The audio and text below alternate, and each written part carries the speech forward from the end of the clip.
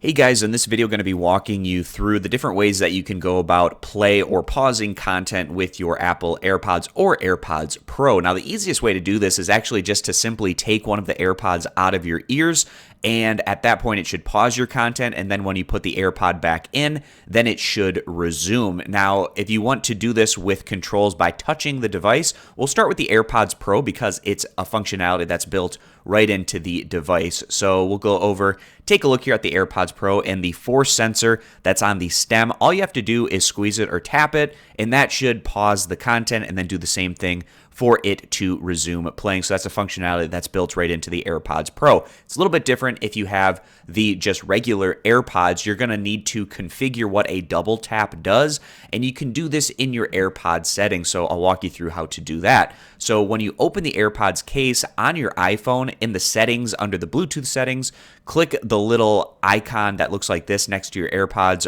in the list of devices. And then at that point, you can go in and change what a double tap does.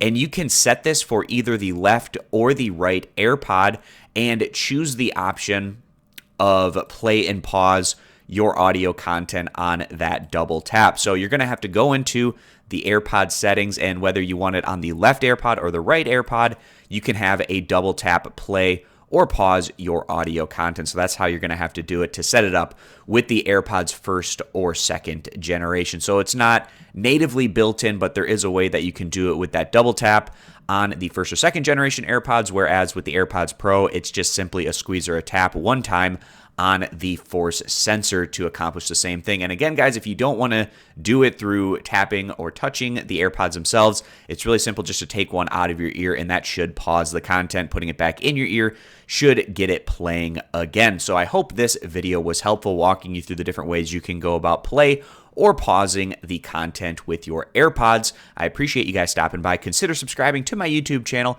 and I'll catch you guys back here next time.